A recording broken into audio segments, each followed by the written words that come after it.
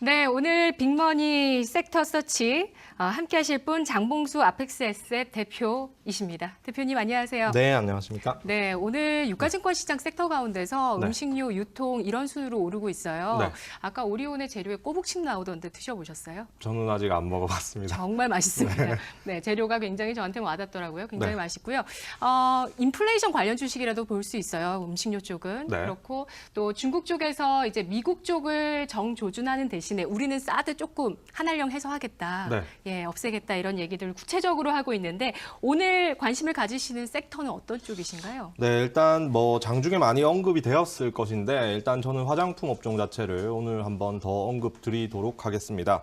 일단 지난주 금요일과 주말에 있었던 한중 관계 개선에 대한 긍정적인 시그널로 인해서 이제 관련주들이 오늘 좋은 모습을 보였던 하루인데요. 일단 양재츠 중국 외교 담당 정치국 위원회 발언으로 이러한 흐름 자체가 시작되었다고 볼 수가 있겠습니다. 문재인 대통령을 예방한 자리에서 양국 무역에 있어서 이른 시일 내에 가시적인 성과가 있을 것이라는 어떤 확약을 했기 때문에 이런 부분이 나타날 수 있었는데요. 이에 따라서 화장품주를 비롯한 면세점주, 그리고 2차 전지 관련주, 그리고 엔터주나 여행주가 오늘 시장을 이끌어 나가는 모습이었습니다. 그중에 이 화장품 업종은 제가 최근에 3주 정도 이상 매주 강조를 드렸던 업종인데요. 이 한미 FTA 개정 협상 이슈와 좀 거리가 있다는 점에서 봤을 때 리스크 회피 관점에서 장점이 일단 하나 존재하는 업종이고, 그리고 머지않아 발표가 있을 1분기 실적 관점에서는 몇몇 종목을 제외하고는 좀 부정적인 견해가 많은데 LG생활건강이나 코스맥스를 제외하고는 전년 대비 약 40%의 실적 감소가 예상되는 상황입니다. 그런데 중요한 것은 이제 이러한 부분은 시장에서 이미 인지하고 있다는 점 자체가 이제 그렇기 때문에 악재라고 좀 볼 수는 없는 요소라고 판단이 되고, 오히려 2분기 이후의 기대감에 좀 집중하는 모습이 많이 반영이 되고 있는 것 같습니다.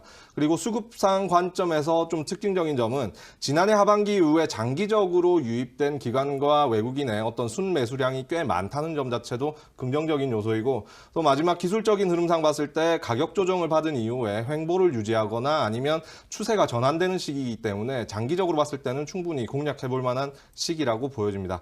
그래서 이러한 업종을 대하는 전략 자체는 일단 지난주 이전에 매수를 하셨을 경우에는 네. 지금 시점에서 약 한 달 정도는 좀 더 추가로 홀딩하면서 끌고 갈 필요가 있다고 보여지고요.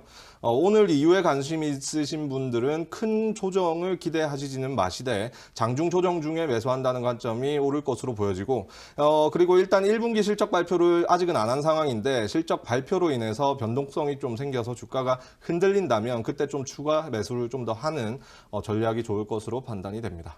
네, 뭐 당분간 화장품 섹터 같은 경우는 흔들림을 좀 뭐 무서워할 필요 없이 예, 조정 시마다 매수를 해서 좀 가져가자라는 네. 전략을 말씀해 주시네요.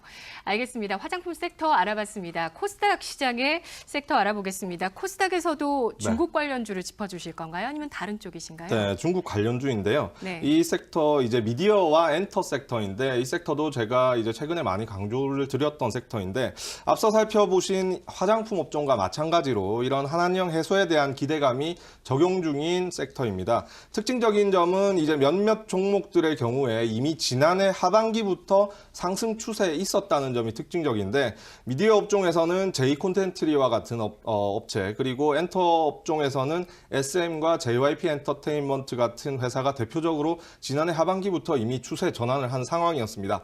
그래서 당분간 이들 추세가 유지된다는 관점이긴 한데, 일단 시장에서 이 중국 관련주들이 오늘 기점으로 크게 관심을 받은, 주목을 받았다는 시점에서 이제는 동종 업종 내에서 그동안 좀 관심을 받지 못한, 즉 오르지 못한 종목에 관심을 좀 더 둘 필요가 있다는 개인적인 의견이고요. 그런 관점에서 대표적으로 종목은 CJ E&M을 들 수가 있는데, 일단 1분기에 시장의 영업이익 컨센서스 자체가 전년 동기 대비해서 약 34% 증가할 것으로 보여지는데, 실제로는 이를 2배 정도 넘어서는 어떤 수준의 실적까지도 예상하는 상황이기 때문에 어닝 시즌을 앞두고 있는 상황에서 매우 긍정적인 요소를, 모멘텀을 가지고 있다고 보여지고, 세부적으로 들어가자면 광고 수익이 늘어나는 흐름 속에서 영화 사업 같은 경우도 1분기를 기점으로 턴어라운드 될 예상이 매우 큰 가능성이 있는 시점이기 때문에 중요한 부분이고, 그리고 특히 무엇보다 업종과 실적을 고려했을 때 지금 PBR 수준이 1.7배인데 이 수준은 조금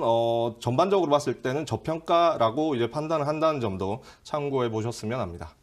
네, 알겠습니다. 코스닥의 시가총액 상위 종목 가운데 바이오 주식이 굉장히 많죠. 현재까지도 3위까지 바이오 주식이지만 조금 전에 짚어주셨던 미디어 컨텐츠 가운데 대장주 CJ E&M 관심 있게 보자라는 관점 설명을 해주셨습니다. 자, 그렇다면 내일장의 공략 섹터 어떤 쪽일까요? 네, 제가 또 최근 계속 강조드렸던 업종인데 정유주를 저는 계속 긍정적으로 보고 있는 상황입니다. 그래서 이 정유주 같은 경우는 1분기 실적 시즌 내에서 엄친아 즉 엄마 친구 아들이라고 하는데요. 그런 어떤 장점만을 가지고 있는 섹터라고 판단이 됩니다. 그래서 네. 일단 그렇기 때문에 최근 약 2달간의 변동성이 좀 큰 증시 흐름에서도 상대적으로 꿋꿋한 어떤 주가 흐름을 보여온 그런 업종이라고 생각이 되는데요. 지금 현재 시점에서 다양한 관점에서 보더라도 업종을 둘러싼 각종 환경에 있어서 플러스적인 요소, 긍정적인 요소밖에 없다고 보이는 상황입니다. 첫 번째 요소는 가장 크게 거시적인 관점에서 봐야 될 부분인데요.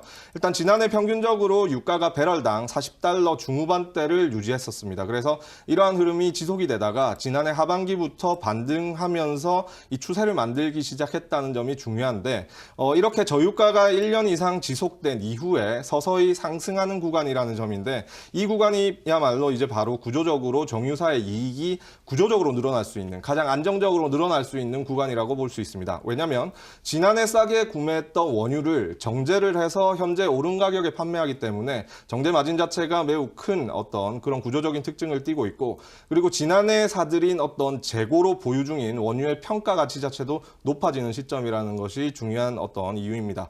그리고 크게 봤을 때 두 번째 이유라고 볼 수 있는데요. 경기가 회복되면서 가장 직접적인 영향을 받는 부분이 바로 이 정제유 수요 증가와 관련된 부분인데 수요 증가에 맞춰서 기존의 정제 설비 가동률이 최대치에 다다르고 있는 상황인데 웃긴 것이 이제 생산량 대비 수요가 많기 때문에 재고량이 증가해야 됨에도 불구하고 재고량이 감소할 정도로 수요 자체가 늘어나고 있는 상황입니다. 그런데 그에 비해서 신규로 가동되는 설비의 규모가 제한적이라는 점 자체를 고려하면 가격이 더 상승할 수 있다는 점을 점쳐볼 수 있고 이런 상황에서 정제 마진 자체가 배럴당 지금 현재 10.1달러 수준인데 연중 최고치 수준을 유지하고 있기 때문에 그러한 관점을 뒷받침해준다고 판단을 하고 있습니다. 그래서 이 정유업종 자체는 오늘도 좋은 흐름을 보이고 있는 상황인데 이러한 추세가 최소한 실적 발표 때까지 지속될 가능성이 높기 때문에 약간 늦은 감이 있지만 달리는 말에 올라탈 어떤 그런 용기가 필요한 시점이라고 생각이 됩니다. 네, 알겠습니다. 그 용기가 바로 1분기 실적을 통해서 보상을 해줄 것이다라고 보고 계시는 것 같습니다. 엄친아 캐릭터가 1분기에 될 것이다라고 예고를 해주셨던 정유 섹터까지 함께 알아봤습니다. 오늘 기관 쪽에서 SK 이노베이션에 대한 매수가 좀 눈에 띄고 있습니다. 고맙습니다.